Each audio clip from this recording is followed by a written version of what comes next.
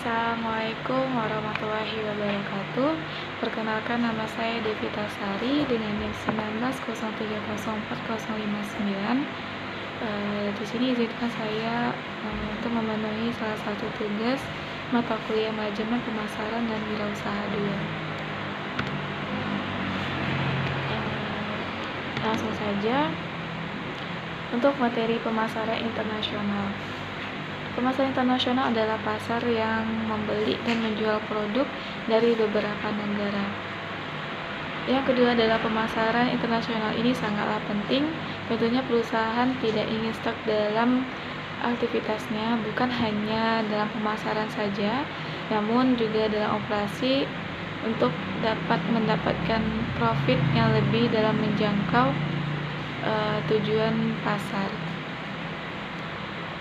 Yang ketiga adalah pemasaran internasional lebih dari ekspor, karena melibatkan pemasaran produk yang telah diproduksi atau dirakit di negara tujuan. Dua, membangun kehadiran permanen di luar negeri. Ketiga, lisensi dan waralaba. Keempat adalah sourcing komponen dari negara-negara asing.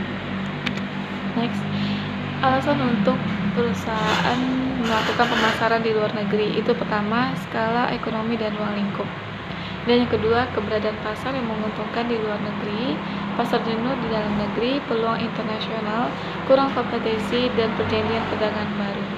Yang kelima, mengekspor. Mengekspor berarti adalah penjualan di pasar luar negeri dari barang yang diproduksi, disimpan, atau diolah untuk memasok negara asal. Untuk materi selanjutnya adalah Business Model Canvas (BMC). Ini merupakan sebuah tools dalam strategi yang dilakukan oleh perusahaan di manajemen tersebut untuk menerjemahkan konsep konsumen, infrastruktur, maupun keuangan perusahaan. Yang kedua adalah konsep dari BMC ini mengandalkan gambar-gambar ide sehingga setiap orang memiliki pemahaman yang lebih sama dan real terhadap tipe si pelanggan. Itu dengan adanya mengetahui pengeluaran biaya, cara kerja perusahaan, dan pengeluaran biaya dari perusahaan tersebut, dan lain-lainnya. Untuk ketiga adalah BMC ini ada 9 elemen yang perlu kita bahas. Pertama, value proposition. Ini adalah merupakan nilai jual produk atau jasa sehingga konsumen memilih perusahaan itu daripada kompetitor. Kedua adalah consumer segment. Consumer segment ini adalah cara mempersonalisasi pesan pemasaran konsumer untuk berkomunikasi lebih baik dengan berbagai kelompok pelanggan dari perusahaan tersebut. Yang ketiga, consumer relationship. Ini adalah upaya yang dilakukan perusahaan untuk mempertahankan pelanggan mereka. Next, keempat, channel. Ini adalah cara untuk menjangkau pelanggan kita melalui media, website, aplikasi dalam penjualan. Dan ini adalah penentuan yang menjadi elemen penting bagi perusahaan untuk bisnisnya. Kelima, key activities. Ini mencakup semua aktivitas yang berkaitan dengan sebuah produk untuk mendapatkan hasil dari bisnis yang perlu diukur efektivitas setiap waktu. Keenam, key resources. Ini adalah merupakan sumber daya yang harus direncanakan serta menjadi aset penting agar aktivitas bisnis dapat berjalan lancar dan terkontrol dengan baik. Yang ketujuh, key partner. Partner ini bertujuan untuk meningkatkan efisiensi dan efektivitas sehingga menjalin hubungan baik dalam sebuah kelancaran di bisnis tersebut. Kedelapan, cost structure. Ini membantu bisnis yang dijalankan menjadi lebih hemat dan bisa meminimalkan risiko kerugian. Ke-9, revenue stream. Ini umumnya pemasukan yang sudah dikurangi dengan biaya yang dikeluarkan. Materi berikutnya mengembangkan strategi dan program penetapan harga. Pertama, konsumer dan pengecer menekankan produsen untuk menurunkan harga. Maka yang terjadi hasilnya adalah pasar yang diskon besar-besaran dan promosi penjualan. Kedua, menetapkan harga. Ini ada dua. Di perusahaan kecil itu harga ditentukan oleh atasan. Di perusahaan besar penetapan harga ditangani oleh yang dilibatkan oleh manajemen dilibatkan oleh manajer divisi ataupun manajer produk yang terkait.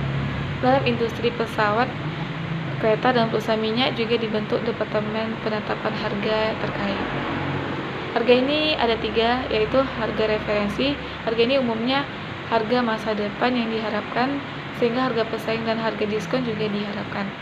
Yang kedua, asumsi harga kualitas. Ini banyak konsumen menggunakan harga sebagai indikator dari kualitas produk tersebut. Akhiran harga yang berakhir dengan angka 0 dan 5 dianggap lebih mudah diproses dan diingat oleh pelanggan.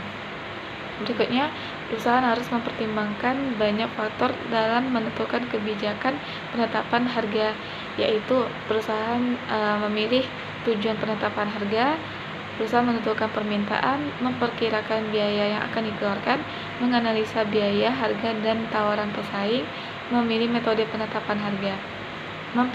Selanjutnya, memperkirakan biaya. Ini ada 4, yaitu biaya variabel, biaya tetap, biaya total, dan biaya rata-rata yang akan dihasilkan oleh perusahaan tersebut. Next, untuk materi berikutnya, mengelola organisasi pemasaran holistik untuk jangka panjang. Mengelola departemen pemasaran ini ada terlibat 2 organisasi, yaitu organisasi fungsional dan organisasi geografis. Untuk fungsional ini adalah bentuk organisasi pemasaran yang paling umum, terdiri dari para spesialis fungsional yang melibatkan kewakil presiden pemasaran.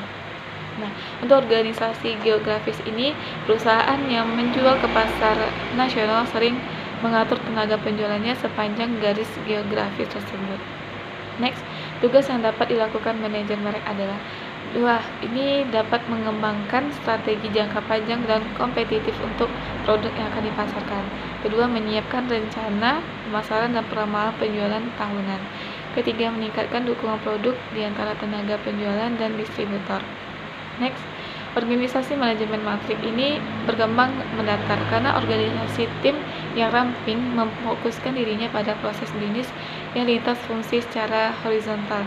Namun, organisasi ini menghabiskan relatif banyak biaya dan kerap menimbulkan banyak konflik. Next, pemasaran yang bertanggung jawab secara sosial ini, perusahaan harus meningkatkan harapan pelanggan. Perusahaan juga melakukan perubahan tujuan dan ambisi karyawannya. Ketiga, perusahaan harus mengatur pemerintah dan tekanan yang lebih ketat, dan berkembangnya minat investor dalam kriteria sosial. Berikutnya, perusahaan harus mengawasi dari media yang lebih ketat dan perubahan praktik pengadaan barang yang bisnis. Yang kelima, manfaat terkait gerakan amal. Ini dapat membangun kesadaran dari merek tersebut, meningkatkan citra dari merek tersebut, memantapkan kredibilitas dari merek, sehingga mendorong perasaan dari merek tersebut untuk menarik daya jual beli di si pelanggan. Selanjutnya, menciptakan kepekaan komunitas dari merek dan menarik keterlibatan dari merek tersebut. Implementasi pemasaran ini adalah proses mengubah strategi dan perencanaan pemasaran menjadi tindakan pemasaran untuk mencapai sasaran. Implementasi ini memiliki strategis pemasaran, yaitu persiapan implementasi strategi pemasaran, pengendalian kinerja pemasaran, evaluasi kinerja pemasaran, dan pengukuran kinerja pemasaran, serta kaji ulang strategi pemasaran dari perusahaan tersebut. Sekian presentasi yang dapat saya jelaskan. Apabila ada kesalahan kata, mohon dimaafkan. Wassalamualaikum warahmatullahi wabarakatuh.